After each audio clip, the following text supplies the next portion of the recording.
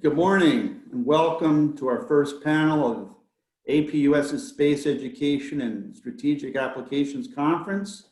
We're off to a great start this morning after an insightful and inspiring opening address of Dr. Julie Lin Wong.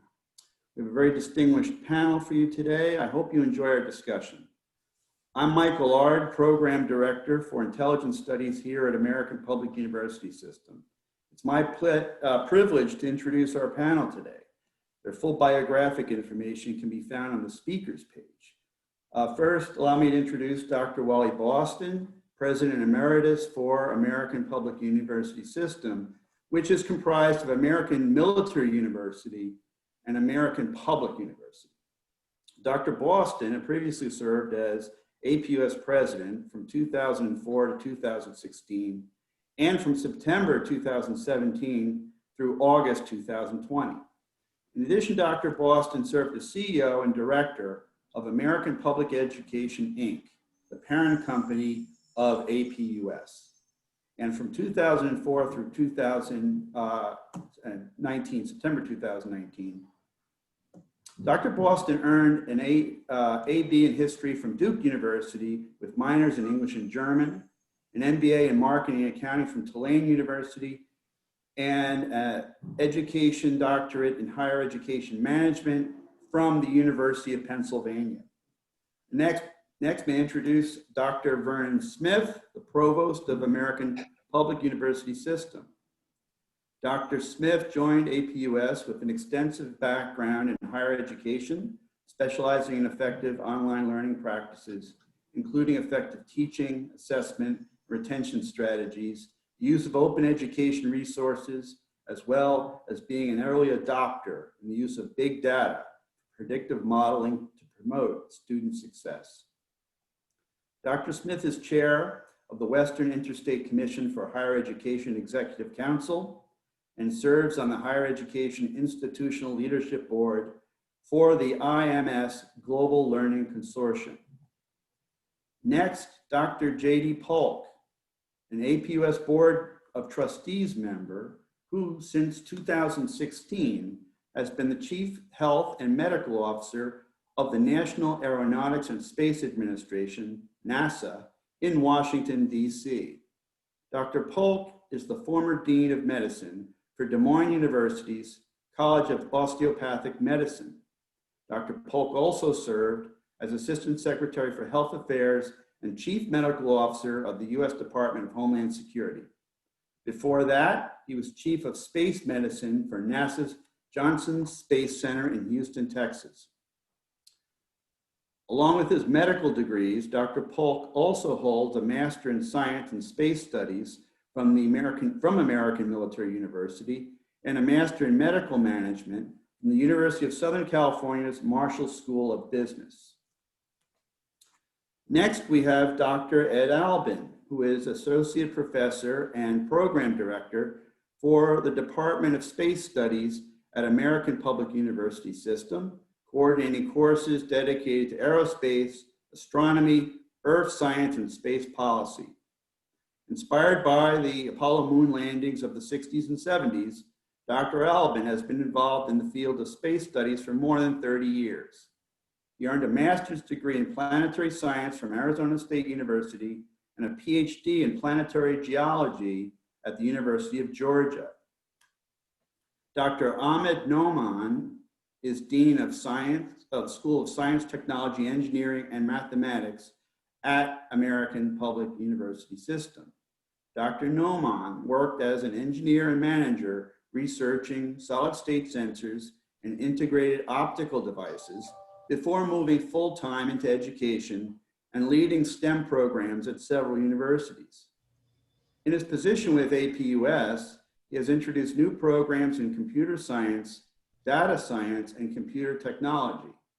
He has multiple publications and conference presentations and holds 2 patents. He received his PhD in electrical engineering from the University of Cincinnati. And next, Dr. Mark Riccardi, who is Dean of the School of Security and Global Studies at American Public University. Dr. Riccardi has presented at conferences around the world on topics that include social media use during disaster operations, weapons of mass destruction, and emergency response operations. He retired from the U.S. Army after 21 years of active service in intelligence, military support to civilian authorities, and special operations. Dr. Riccardi holds several degrees, including a Master of Strategic Studies from the U.S. Army War College and a PhD in Education from Colorado State University. Now, please note that during our panel, the chat room and the Q&A will both be open. Please post questions for our panelists in the Q&A. Now let's get started with Dr. Wally Boston. Dr. Boston, can you explain to us a little bit more about why this conference theme, why is this important, and how APUS has addressed this issue in the past?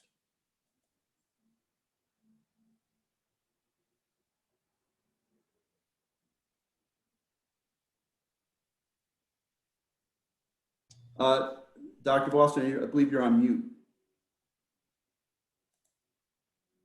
Thank you. I get to repeat myself. Oh. So, my apologies. I think, Michael, it's no surprise to anyone that with the advent of the commercial space companies, SpaceX, et cetera, as well as changes in NASA's approach to different missions, that space is more and more in the headlines these days. At the same time, I think that a broader perspective as to perhaps how AMU, really the predecessor university to APUS, got into space studies is pretty helpful. Like Dr. Albin, my interest in space started during the race to the moon, inspired by President Kennedy in the 60s. And certainly most of us who were around then can remember, and old enough can remember watching the astronauts land on the moon. The origin of our courses at AMU and space studies actually stemmed from the fact that we had a master's degree in intelligence studies. And so, some of the applications for communications and spying that were in space in 1999 when we began those courses. And so over time, as the Intel program had a desire for more and more courses about space interacting their field, we hired more faculty members who had a broader perspective on space. And so in 2000, we began developing a master's in space studies, modeled similarly to the one at University of North Dakota and the International Space University, and actually received approval for that program in 2001. So we've actually had a space studies master's program for almost 20 years. I think that the evolution from our perspective, AMU modeled a number of programs also after the military schoolhouses. So the Army had a schoolhouse in Colorado Springs where we signed an articulation agreement. If you completed that program, you get so many credits towards our master's program. And we just offered an affordable degree with a good breadth of programs. When I look at all the commercial activities and the mesonets of satellites that are being put up by Elon Musk and others, space is clearly a broad perspective in STEM, whether you have electrical engineering background like Dr. Naumaan or others, or an aeronautical background like Dr. Albin. There are certainly other courses such as human factors, which I think Dr. Polk can tell us more about that than just about anyone. But astronomy and utilization of equipment, we have a telescope that we use for our courses, but we've just we're in the process of installing a radio telescope, and radio telescopes have application for astronomers, but they may or may not have application for folks in Intel. I don't want to, that's not my area of expertise, but certainly broader than orbital mechanics and those types of things. I think people who study space need to understand economic impact, geopolitical situation, public policy, remote sensing, artificial intelligence. One of our leadoff speaker today talked about medical issues, 3D printing in space. And so, I think I'd be remiss if I didn't leave out the A in STEAM, which is art.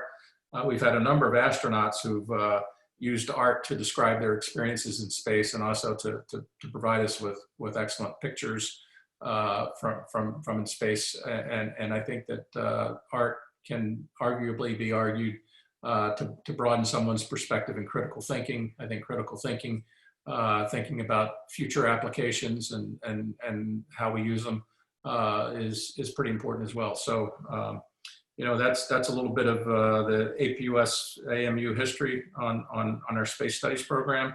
I think there's lots of opportunities going forward, and I look forward to hearing from the rest of the panelists. Thanks.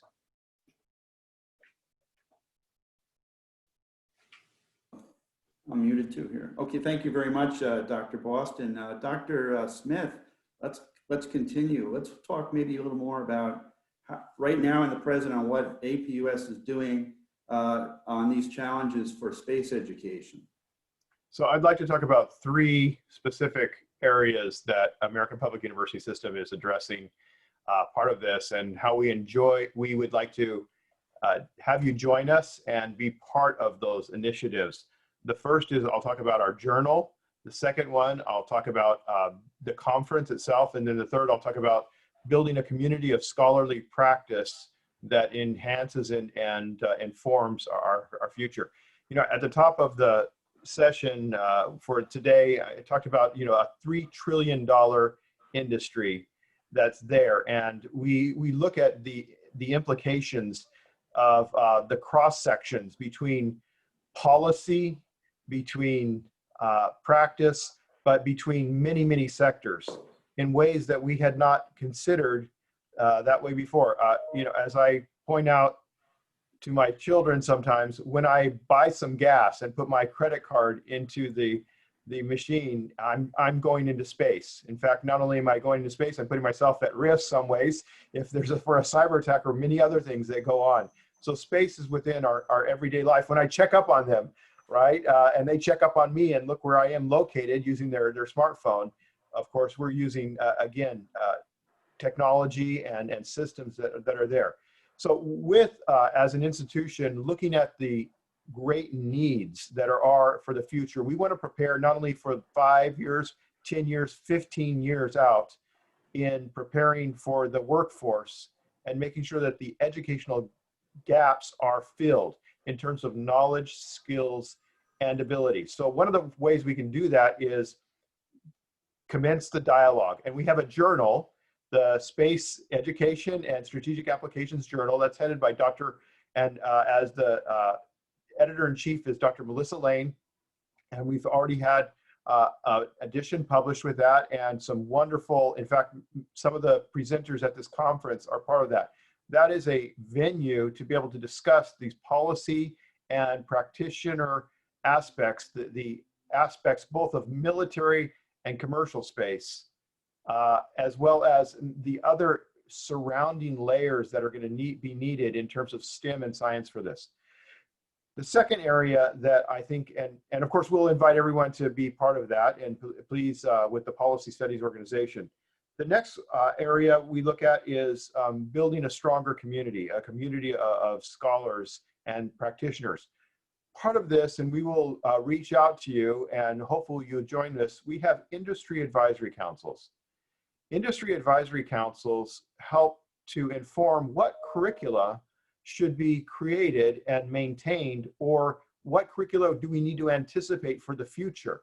So if I am in military space and I know that I have a certain workforce, we've heard from many sources that it will be insufficient, that the military on its own will not have the capability or have the resources to be able to fill all the need for science. Maybe it's telemetry courses, maybe it's other science courses that need to have a strong base for completing everything that's needed.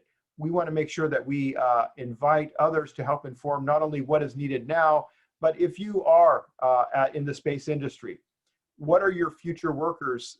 What are your engineers? What do your scientists? What do your data scientists? What do your other specialists need? And how can we help prepare that with the academic pathway so that it's a robust academic pathway? Finally, I would talk about, in continuing this conference. This conference is a place to connect and make a network that we can really use and leverage. In the plenary session of this, in planning for this conference, we learned from many sources, including that from the military, that it's really commercial space. It's changing some of the options and some of the strategies because of the proliferation and the growth there. And so these are three areas. Again, the journal, participating in an industry advisory council, informing the curricula and the needs that we're discovering through this process, as well as understanding in the conference that we can come together and stay on the cutting edge of what the needs are and anticipate those needs. And these are issues and policies that run out in front of what we're probably capable and ready to do, but we need to have those conversations about the ethics, about the policies, and about the direction that we need. Thank you very much. Thank you, Dr. Smith. And of course, we'll be having another conference on this in April next year, and we'll be looking forward to that. I'd like to now pass to Dr. J.D. Polk.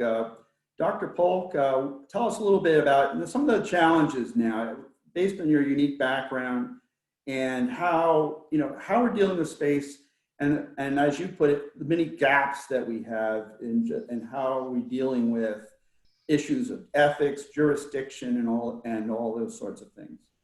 Yeah, Mike, it's really exploding, and I apologize for being a few minutes late on the introductions. I literally just got off with the Australian Space Agency, and that's another aspect. We are having communications. Literally, we're talking to our Russian colleagues, Australia, and the UK this morning. We're at a tipping point right now. I was in a meeting with Administrator Bridenstine this morning, and the number of things coming on the commercial front, it's a tidal wave. We've got a lot of things occurring, and it's not, I think the biggest thing is we're at a tipping point where this is no longer the domain of governments, right? I mean, it used to be the big couple of governments, either Russia or the United States, and SpaceX will be flying without the government to fly commercial vendors, and there are proposals out on doing pharmacy and other things in microgravity. And we're working right now, I'm sure folks have seen in the news, where Tom Cruise is looking at doing a movie in space next year. And we're working to see how we enabled our commercial partners to be successful in all of those ventures. But there are literally too many to count. Where I think that opens up the education aperture is we historically have looked at it in a retrospective way as that education or the coursework was either in astronomy or aerospace engineering. And at least from my chair, what I'm seeing is that you can almost take any specialty now and put the word space in front of it. Space law, space policy, space medicine, space cyber, space procurement. And it is moving at a speed that I don't think academia has yet caught up with. And I don't think policy has yet caught up with. We've had a lot of discussions with other federal agencies about who's going to chaperone or have the oversight for certain areas in space. And it's literally, the commercial space sector is literally moving at breakneck speed and is exploding. And you look at some of the things that occur, we can form different crystals, different structures, different proteins in space and in microgravity. Those open up opportunities for pharmacy, those open up opportunities in material science. So there's a lot of expansion in areas. You can imagine space pharmacy becoming eventually a subject that someone specializes in. So there's a lot of things where I think we're going to have to create hybrid programs in the future where someone might study cyber, but then goes and takes courses in space to know how cyber, interacts with space assets. Same with law, same with procurement, same with just about every specialty. And it's coming at breakneck speed, and which is good. That's what we want. We want to see this tipping point. But with it comes a tale of responsibility, I think, to educate the right folks and to make sure that we've got expertise that will fill those slots. And it's almost every day we're talking at NASA right now. There's a new proposal that we get for sending something into space, or some new business or some commercial entity that we will interface with the FAA or the Space Force or our commercial partners with. And our international partners as well. You make a very persuasive case on what an exciting time this is, and perhaps that we are at a tipping point. Now, I think it's a good time now for us to take a look at, hear from our program directors and deans about, okay, so what are we doing now to keep up with these challenges? So I'd like to ask Ed Albin if he would like to talk about what we're doing in our space program at APUS and how we're keeping up. Absolutely, Michael. We are, and I tell my students, we are in a golden age of planetary exploration. This is a very exciting time to be alive.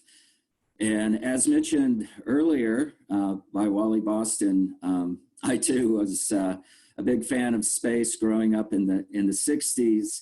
And as we entered the 70s, I initially thought that I missed the opportunity, this grand opportunity to explore the moon, that I was born too late. However, that is absolutely not the case. And we are witnessing at this very moment a confluence of government, commercial space, and military space. And this is so exciting. And we see this with our students. We have close to 1,000 students who are very passionate about space in our program.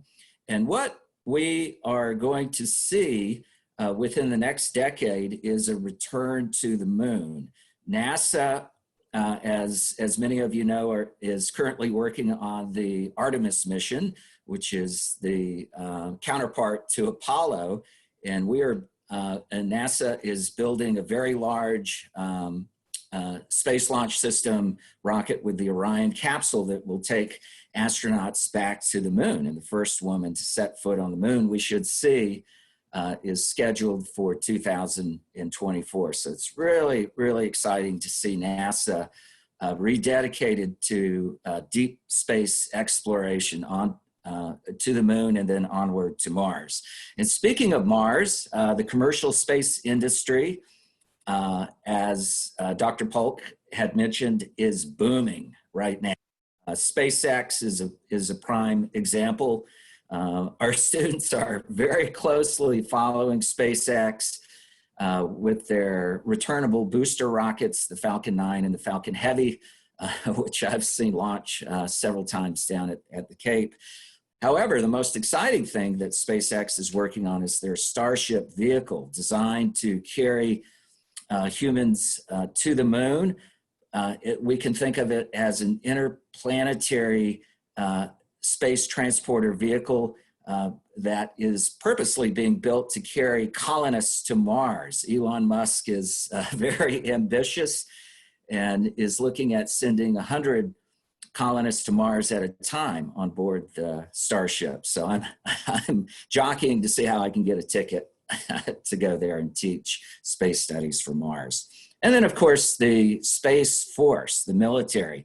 This is very exciting. And throughout human history, it has been the military that has led exploration. Even Carl Sagan said it's crazy that the military isn't as involved in space exploration as they should be. So we're starting to see that, the confluence of all these things coming together, which is really exciting.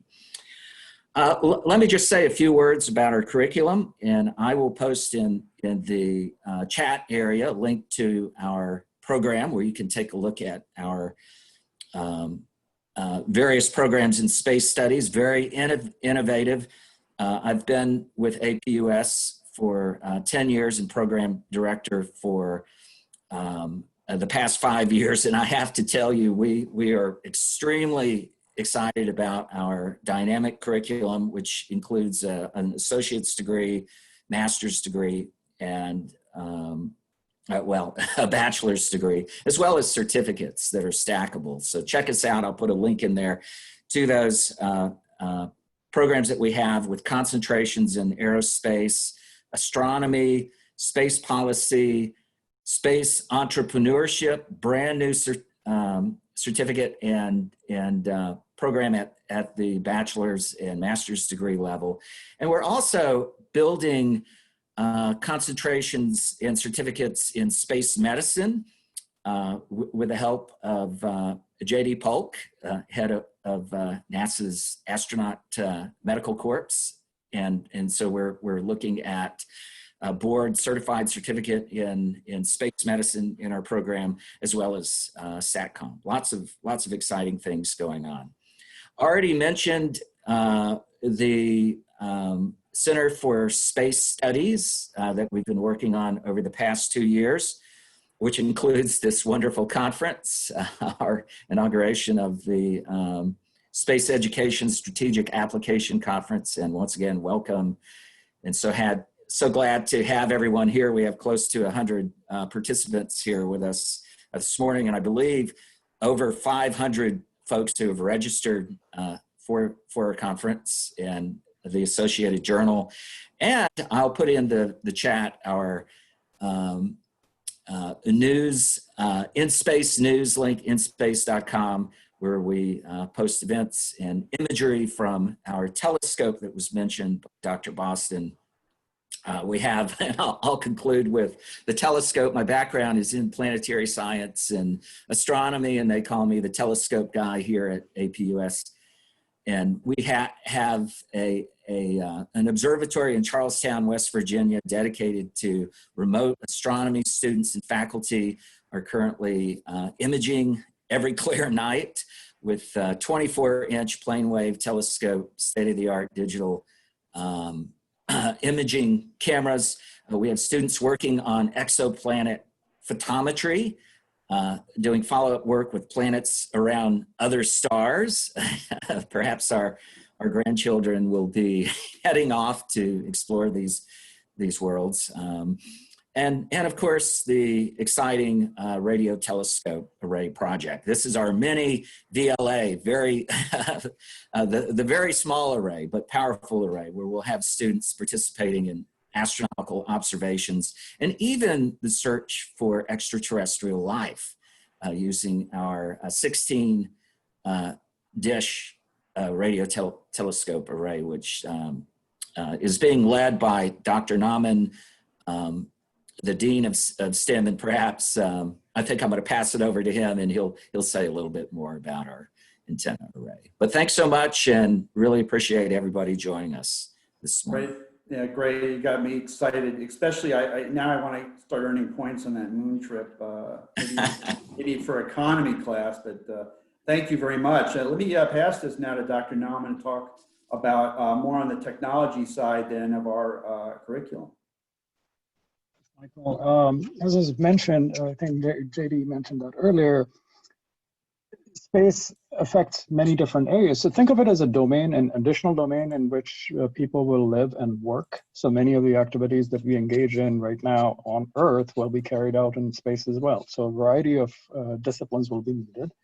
And some examples of that are, for instance, we have a program in engineering. And while our space studies program today is called space studies, I envision a point in time in which the engineering program will be connected to processes and activities in space. One specific example of that is, Ed mentioned the radio antenna array.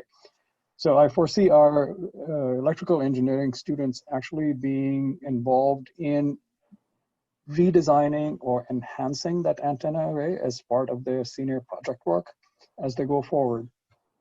Similarly, we have in the EEE program also, we have a communications concentration, and that's where the use of the antenna array for satellite communications comes in. In addition to that, we have an environmental science program. We already have a couple of courses in geographic information systems, and as you may know very well, the use of satellites for reconnaissance and imagery plays a very important part in environmental science areas. And so with having our antenna array, it opens up the possibility of students actually being able to access some of the data and the downloads that are available from the satellites and being able to get to that, assuming you get the appropriate permissions and so forth. So those are a couple of the examples. The other thing is we're starting a concentration in space entrepreneurship that connects in with the business area. Ed also mentioned the space medicine area and then the policy area as well. But when I was talking about environmental science program, it reminded me as we move into this new domain, the issues of care for that domain, if I may put it that way, so this sustainability and just how exactly that is used become important. For instance, I'm sure many of you know, and Dr. Polk can tell you that there's so much space debris right now, which is from components that were sent earlier in the development of space technologies that are now no longer used. They're just floating around and they actually constitute a hazard for other space traffic. Mm-hmm. And there are some experiments that were done where satellites were deliberately destroyed. Well, that's great. It may have proved a capability for being able to do that kind of activity, but that spread debris all around as well. So as we go forward, some of these things that need to be thought about, and this affects not only technologies in the sense of, okay, how do we prevent this kind of thing from happening, or how do we mitigate what has already happened, but also in the area of policy and regulation.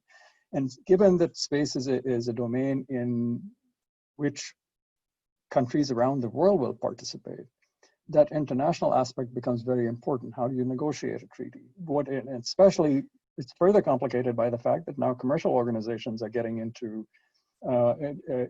working in the space arena. So for instance, when, and again, I'll defer to Dr. Polk on this, but when NASA launches its crafts and sends probes to the other planets, they're very careful about that the probe is sterilized and there's no contamination and so forth. Well, how do you guarantee that some of these commercial companies in the race towards trying to get an edge may take some shortcuts? I mean, that's not a surprise. We've seen that happen here on Earth in many different areas. So these are the issues that need to be thought about as well. And so in STEM, as we go forward, what I'm thinking more about, we have a program in space studies, and that's wonderful and will carry on, but also some of these issues need to start coming into areas like engineering, into areas like environmental science, into areas like cybersecurity. So we begin introducing topics and courses in all of these other disciplines. We're saying you apply this knowledge and these technologies. Right now, you're thinking of this in terms of how they're applied right here on Earth, but we also need to think about how these are going to be applied in the domains that are coming forward. Space by itself, near Earth space, and then as the activity moves into towards other planets, how will these things be set up over there? So some of those aspects of the space and space activity, I should say, will begin to permeate the other courses and degree programs that we offer. Thank you. Thank you very much, Dr. Ahmed.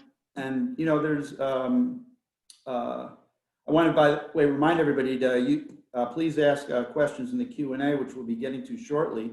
And let's follow up with Dr. Riccardi. Let's talk a little bit about curriculum in School for Security and Global Studies, how we're keeping up with these new challenges. Well, thank you very much, Dr. Ard, and good morning, everybody. Thank you for joining us for this conference. It's my pleasure to be able to speak with this group today, and I'm I've been checking out the Q&A as we've been going along, and very excited that we have a couple of questions in there. So I'm going to make sure that we have some time to address those because there were some good questions, and there are a couple of questions about the doctoral program or future doctoral programs near and dear to my heart, because the 2 doctoral programs that we have right now reside in the School of Security and Global Studies. And I'm the Dean for the School of Security and Global Studies, so that's why it's important to me. So taking a look at space education, and specifically what we're looking at in the School of Security and Global Studies, you know, I think back to comments made by General James H. Dickinson, who's the commander of the United States Space Command. And he commented last year that a deployed Army combat brigade has more than 2,500 pieces of equipment and devices requiring space capabilities for communication, navigation, targeting, or protection. These warfighters would greatly benefit from a deeper understanding of the technology behind the equipment that they are operating. I think back to when I was a soldier, and granted at that time, we didn't have as many devices that were reliant upon space, but a lot of our training was, you know, you turn this on, talk into this, and that's it. We would like to be able to give those warfighters a deeper understanding of what is happening behind that black box, what is going on. And not only will that make them better, but, you know, it could help them in future development, research and development, can help them hopefully troubleshoot when they are on the battlefield, and if they need to immediately troubleshoot. So those are some of the goals that we have in being able to offer these programs. In SSGS, School of Security and Global Studies, we plan on offering courses in space policy, space law, and space power theory, among others. The plan is to weave into the curriculum skills such as digital literacy, emotional and cultural intelligence, problem solving in diverse groups, root cause analysis, and critical thinking and communication skills. And I should also point out that with the flexibility of our courses and the method that we teach, students who are working on rotating shifts that make it challenging for them to attend a traditional brick and mortar school will find the needed flexibility at AMU to complete their studies. We also plan on conducting an evaluation of the military space 100 and 200 modules so that we can offer college credit for completion of these courses through transfer credit evaluation. And now, so one of the asks that we are making of you during this conference is to help us identify the gaps that exist in military and civilian education that, when filled, will result in a pool of talented professionals who are ready to either enter the space workforce or take on greater levels of responsibility within their current position. We believe a number of gaps exist, and we would like to see what ones AMU can help fill. As Dr. Smith said earlier, we are looking for partnerships to join us in providing education for space workers. As an institution of higher education, we prefer that the experts in the field tell us what they are looking for in their workforce instead of us making that determination. In some of the things that excite us, and perhaps we'll have some time to discuss this, is some of the opportunities that are opening up. And I'll just toss out one, SpaceLink Starlink satellite. That's very exciting from the higher education perspective, because one of the challenges that we continually face is providing education to rural communities. Not only rural communities, but tribal communities. It's challenging to provide education when appropriate internet service does not exist. Now with Starlink going up, we see an opportunity to bring education to those underserved parts of the world. And that's very exciting for us. And so I have a couple more points, but Michael, turn it back over to you, and maybe we can have some discussion and answer some of those questions and answers. Great. We have a number of people who've been patiently waiting with their questions, and I think I'll start getting to those right now. So I'm going to go into the Q&A and take a look at what we have, and let's see how we can do answering them. So first question, what do you think the U.S. government should be doing regarding education policy to foster and maintain competitive advantage in space in the near and the long run? I'm sure Wally will join in on this one, but I'll at least start off on this one. I don't know about it from a policy perspective, but we had talked earlier as a group in the week about the gaps that there are in some of the education areas. And, right now as the Space Force comes online and things are expanding, what at least I see are gaps where people don't have a space-specific knowledge. We try to take folks that have been in the Air Force doing aviation jobs and now suddenly plop them into a space seat and expect them to understand and know that domain. And they are not the same. You can't just say space is higher than aircraft and take somebody that knows aviation and put them into that domain. So I think that's one area that's going to have to be focused, is what I would say is space-specific education. There's been a lot of discussions as to will the U.S. ever need a space academy, quote unquote. All the other services have a service academy. I think it'll eventually evolve that way, because I think you'll have to have space-specific education. That may not be coming tomorrow. They're going to wait until the Space Force gets up and running and has some time under their belt. But looking, at least from my chair, at how rapidly everything's moving on the commercial side, the military side, and elsewhere, I can't see that we wouldn't have an increase in space-specific education, whether it's through the government or broadly through academia. It seems like some form of space academy is just a matter of time, given all what we've been speaking about. Thank you very much. Next question. In the future, do we foresee AMU having an aerospace engineering specific master's program? I guess I'll take that one. Yes, we have thought about it. It requires a fair amount of planning, and the students entering the program will obviously have to have a certain level of preparation before getting into something like aerospace engineering. So we're thinking about all of that and considering it. Don't expect anything like next year or anytime soon. All I can say is that yes, that is a topic that we have considered. Great. Next, with the expansion of the space studies program, is there consideration of a doctoral program to follow? I think Dr. Riccardi has touched on this, but how about that? What about a doctoral program? Vernon, would you like to answer that one? Sure. I think we look at everything and look at the consideration. And when you do a doctoral program, it's a very not only resource intensive, but you have to be fully prepared for that. And so in our planning, we look at the future and we'll look at that. And that's something that we would look at as a possibility.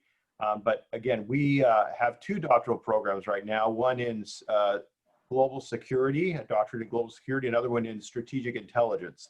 And we make sure that when we put up doctoral programs, because of the rigor and necessity, that it's fully prepared. So would we look at those things? Of course, we're always scanning the future, but we always, before we would move down that pathway, we would need to make sure that we have the right resourcing and the rigor and the contribution, frankly, that would make sure it's a high quality program.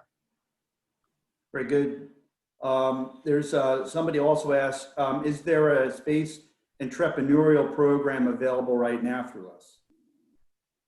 I can go ahead and field that, Michael. Thanks. We have it approved through our curriculum committee, and the program is going to be offered in conjunction with the School of Business, which currently has an entrepreneurship degree program, and that concentration should go live mid 2021. It's gone through what we call our CURCOM, and we're really excited to be able to launch the space entrepreneurship. We have a lot of very young and old students who are thinking about how we can use space for commercial purposes, especially with commercial space companies pulling the cost of getting out of Earth's gravitational well and up into orbit and beyond. So all sorts of opportunities for manufacturing, tourism, habitats on the moon.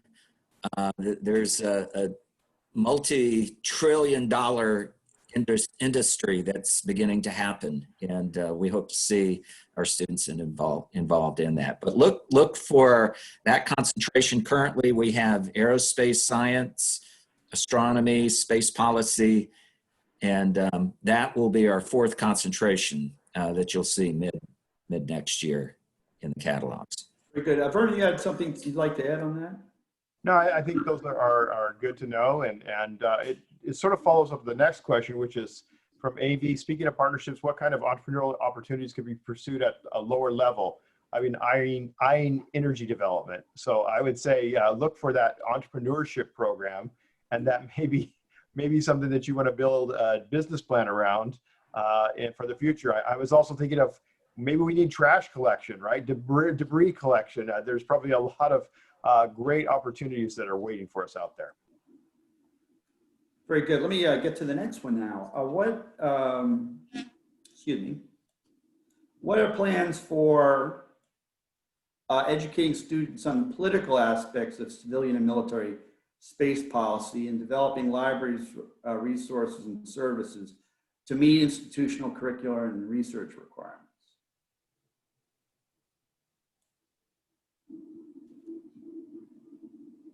I'll go ahead and start, but Mark may want to jump in as well. We do have our space policy concentration and experts in the field, faculty who are involved in space policy. This is a very important question and area of space exploration. The space law, the Outer Space Treaty that was developed in the mid-1960s is wholly out of date, especially with commercial companies going into space, mining asteroids. I'm very interested in resources, not only on the moon, but also near Earth asteroids. And how are those going to be divvied out? Can commercial space companies go out and mining asteroids? There's an asteroid that we've identified spectroscopy that is totally enriched in platinum rare earth elements, and is worth hundreds of billions of dollars at the very least.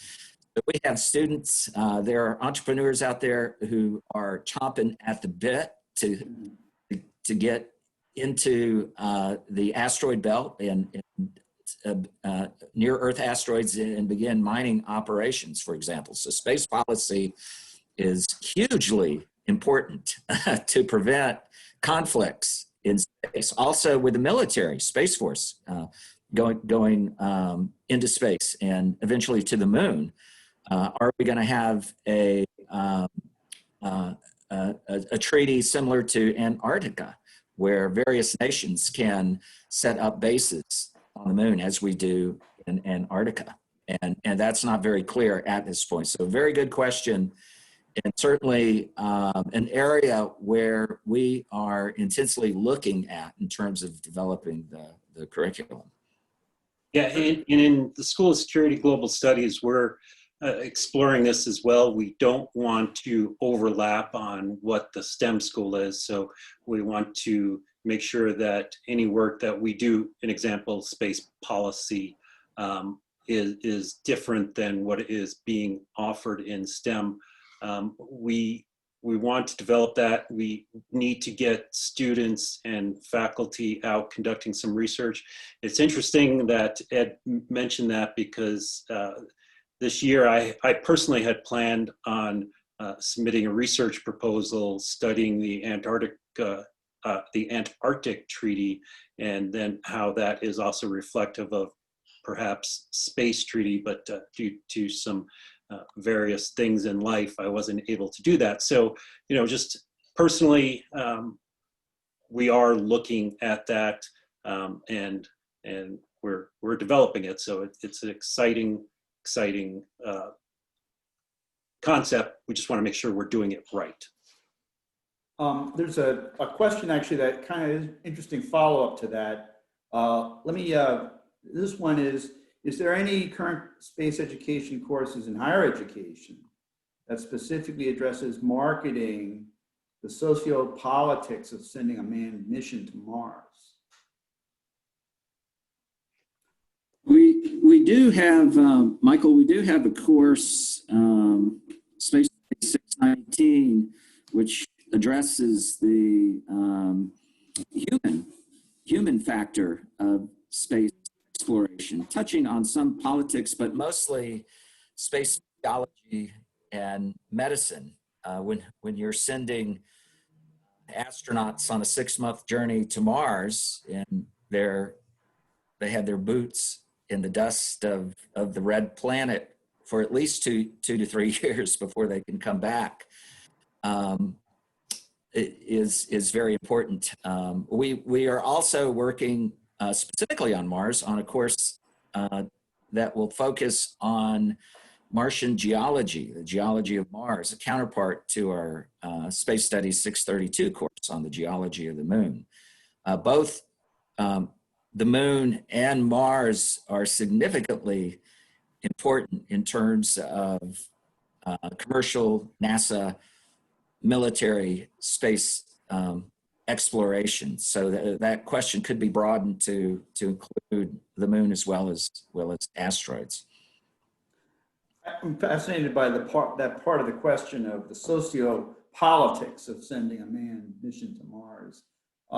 Any thoughts on that from the panel? JD Polk, perhaps? Yeah, you know, we discuss a lot of these at the United Nations Committee on the Peaceful Use of Outer Space to look at what are the social politics aspects of this. You know, a lot of folks, I think it goes back to a larger question where a lot of folks will say, well, why are we spending money on space? We've got problems on the Earth to handle and et cetera. But really, those are not distinct. The more that we continue to learn about Mars, the more technologies we develop for space, it immediately has a feedback to Earth. There are a lot of things that most people just don't know came from the space program. Yeah, we could have an entire session just discussing all of those things.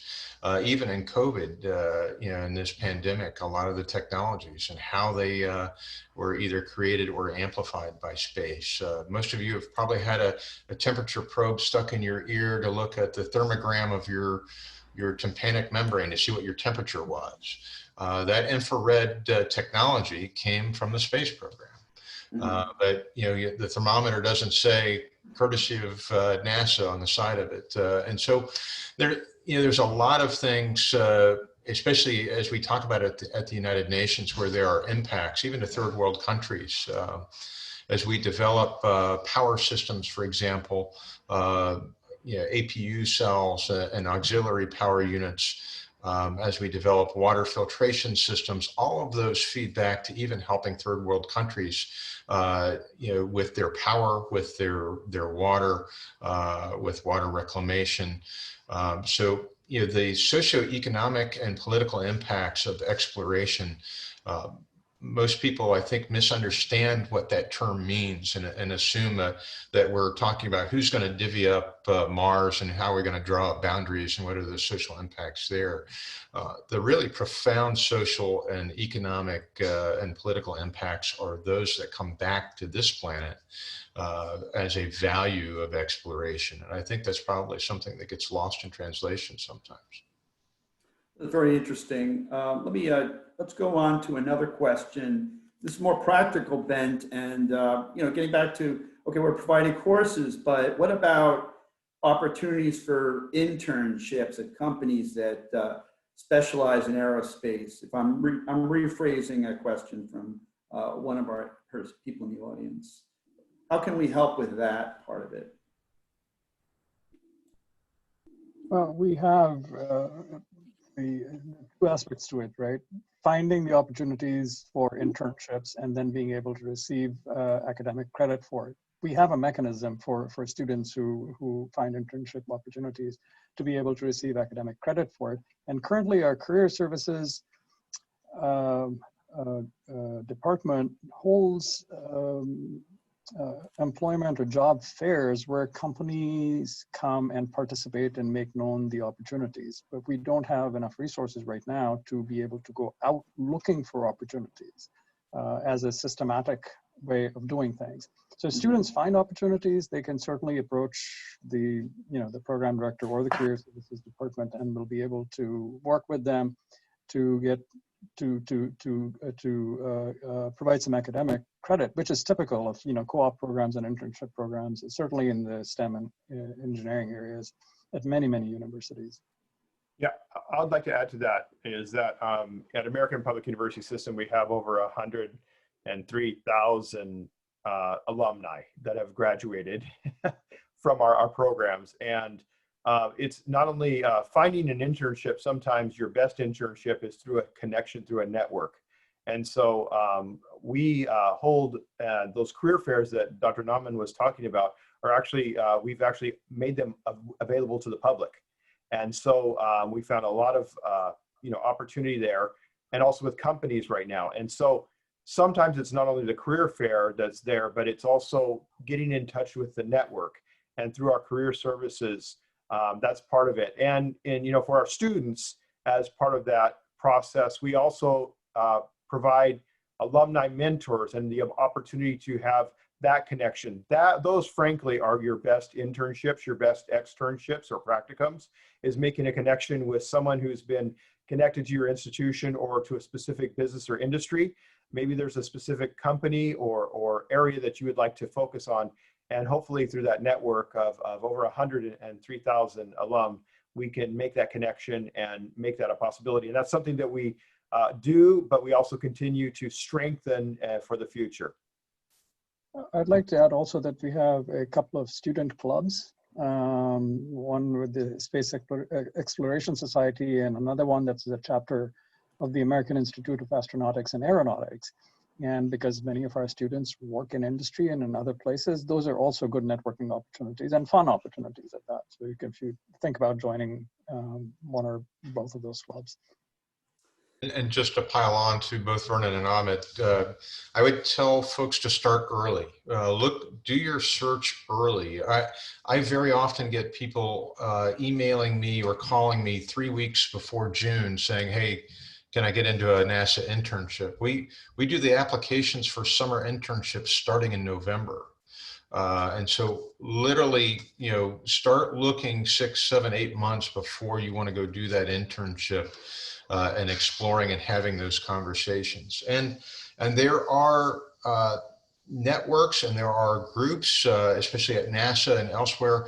I saw in the chat that, I think someone mentioned, I think it was Felicia, said it's difficult to get mentorship or for someone who is a female or a female of color. And those groups do exist. Those groups exist at NASA. They exist through many of the commercial spaceflight industry as well, both for women and for people of color. So those groups do exist, but you go out and search for those and do your homework, but don't expect to apply 2 weeks before, summer and get an internship. You got to remember, these are competitive. You've got 5,000 people applying for these internships. And you apply early and the squeaky wheel gets the grease. Put your application in as soon as the application opens, and then do follow-ups and calls. Don't just put an application in and silently wait. And so at least at NASA, I can tell you that the more that we see your name and the more that you're applying, we would say, hey, Scott or Felicia or Dan, I've seen them pop up several times now. That's not just a passing interest. This person is truly interested. And so we pay attention to those things, but definitely start early. If I may recommend one more thing. So on social media, specifically Twitter, there are a number of, Felicia, there are several women astronauts as well as engineers and women working at NASA who are active and post a lot of stuff. So you may want to look those up, and people have conversations in it. You can actually ask about internship opportunities and mentoring opportunities right directly by posting a tweet to those folks. Those are good ways of getting connected, because there are also other groups that interest groups, and they get to know each other like that. Thank you for those responses. I just want to follow up another question. It's sort of like, all right, downstream. So how can we partner, or how can we develop more interest? This is a question from Kara on building curiosity and awareness on STEM for young people, probably at the high school level, to help grow the needs for what we're going to see in the future here for space studies or anything related to this. I'll mention a couple of things. So it's not necessarily an AP US thing, but some of our faculty and staff in the School of STEM participate in this program, which is invite an engineer, invite a scientist to your classroom. So it's a program that's set up which enables people who are working in industry in any capacity or in academia to be able to go through a video conferencing system, talk with high school students and middle school students about opportunities. And the students find it fun, and the people who volunteer to do this enjoy it as well.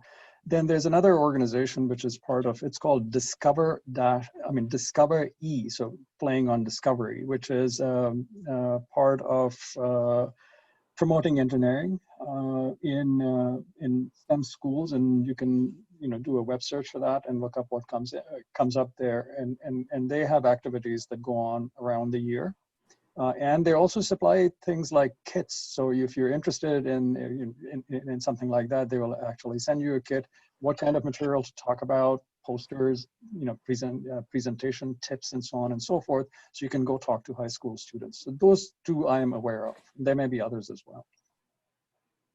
Very good. I think there's another couple of questions here.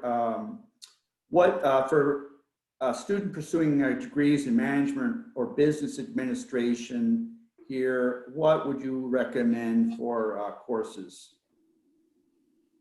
if they want to get some background in space studies as well? Yeah, I'll go ahead and field that. We have a diverse curriculum in space studies at both the undergraduate and graduate level. And that's an excellent question. And an example I'll provide, if we have a student who's interested in interdisciplinary studies, for example, majoring in management, business, but also a space enthusiast, let's say in astronomy, I would recommend at the graduate level, for example, taking our astronomy curriculum, the concentration in astronomy. There are 18 hours that will qualify you to teach astronomy at the college level. the community college or four-year college level, the magic 18 hours. For example, you can go online and look at our curriculum, and in the astronomy concentration, we have courses devoted to the solar system, beyond the solar system, lunar geology, astronomical instrumentation, where students will have an opportunity to make use of our online robotic observatory, the 24-inch plane wave, comets, asteroids, our 635 course, history of astronomy. So this makes a tight package that would really bring you up to speed in the field of astronomy, whether you want to do that for personal gain or perhaps teach online or at a college or university would qualify you, giving you that 18 hours in astronomy. But that is one example. I would certainly recommend students take our Introduction to Space Studies, our 501, in conjunction with the degree that you're pursuing. That will give you a great overview of what's happening in space, our various it's a survey of aerospace, astronomy, space policy, space entrepreneurship, and then you can decide where you want to go from there. And Mike, I'm going to come at it a little bit different angle than Ed did, and just take Tom Cruise, his example as a case study. Somebody's got to negotiate with the private astronaut company for Tom Cruise to fly or for them to take their cinematic equipment on board. So there's contract law involved. There's insurance aspects involved because those companies are self-indemnified. And I'm sure somebody's going to cover Tom Cruise for an inordinate amount of money on an insurance policy as well. So there's a lot of different aspects on the business side of this that play into it. But getting that general overall knowledge in space with a general broad space studies background, like Ed was talking about as well, I think it's important to know how some of those things are going to differ from the ground to space. But if I were going to a commercial company tomorrow, I would focus on those things because those are the things you're going to start to work on right away, getting contracts in place, getting the insurance in place. And you've got to know how those play into the space arena. There is no actuarial database for space, by the way. If you're Lloyd's of London and you're going to insure Vernon Smith going to space tomorrow on a commercial space company, I can look up how coronary disease or how gallbladders or other things, how many people get that per incidence, but how many people have a intracranial hypertension in space, good luck finding that in the database. So there's a lot of things that are coming online on the business side that are, quite frankly, opportunities. And there's the old saying that what is a gap is an opportunity in another area. And so as you start to develop your career in business or get that basic space knowledge and then vector towards where those deals are going to happen. We have a couple minutes left. Very related to what last remarks that JD Polk was making. What could we offer quickly for someone who wants to be an advocate? Like if somebody doesn't have a background in STEM, loves space policy, wants to be a legislative advocate for this, what could we recommend they take? Michael, I have a suggestion. One, our own space studies program has, which doesn't have a very difficult technical requirement. It's a space studies program. So we have courses in concentration space policy. I would strongly encourage you to look at that. Also think about several conferences that occur throughout the year, put on by various organizations. In fact, there's one that's put on by space enthusiasts, and they talk about policy and advocacy at that particular conference. Its title escapes me. Mark, what was the one that was held in Colorado a couple of years ago or last year? I just can't recall. But Yeah, you're killing me because I just saw an email on it yesterday because they're doing it online this year. Sorry, but it's, if you look up Space Conference Colorado Spring, it's, and I'd also like to point out that actually it is interesting. So we have a space studies program and some good ones in generally space studies, but in particular in terms of space law and cyber law, the University of Nebraska has a center that focuses on those two areas. So you may want to look them up as well. Finally, last question, and before we have to go, but what advice can we give to the non-traditional student for wants to get into space studies? The non-traditional, typically the type of person that studies here with us is usually a little older, has been working. What about what advice can we give them? I'll jump in here. Just say, please contact us. Please reach out. If we're the right place and we have the curriculum and the programs that are right for you, we'll let you know that. But as well, if it's not, we'll let you know that as well. There's plenty of opportunity here, but please reach out and talk to us. We love that as part of it. You can look at Ed and Mark and Ahmed and Michael, your enthusiasm around this. Obviously, in our leadership with our board and our members, we have the leadership and we have the enthusiasm to be able to provide a really great experience. So please just reach out. I'd say that would be the first step. Yeah, and based on the questions that were asked, this is already giving us some ideas about what we could do with our program. So thank you for asking those questions and expressing your interest. I think we've had a lot of great questions. Thanks for all the attendees for their interest. Thanks to the panel for your excellent presentations and response to our attendees. I learned a lot today. I hope everybody else did. I hope everybody else would like to see more parts of our very interesting conference.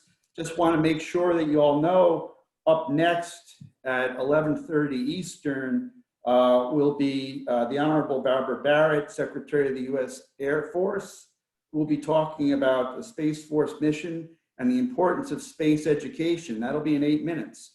We're going to be leaving you now, but we'll see you there. Thank you very much.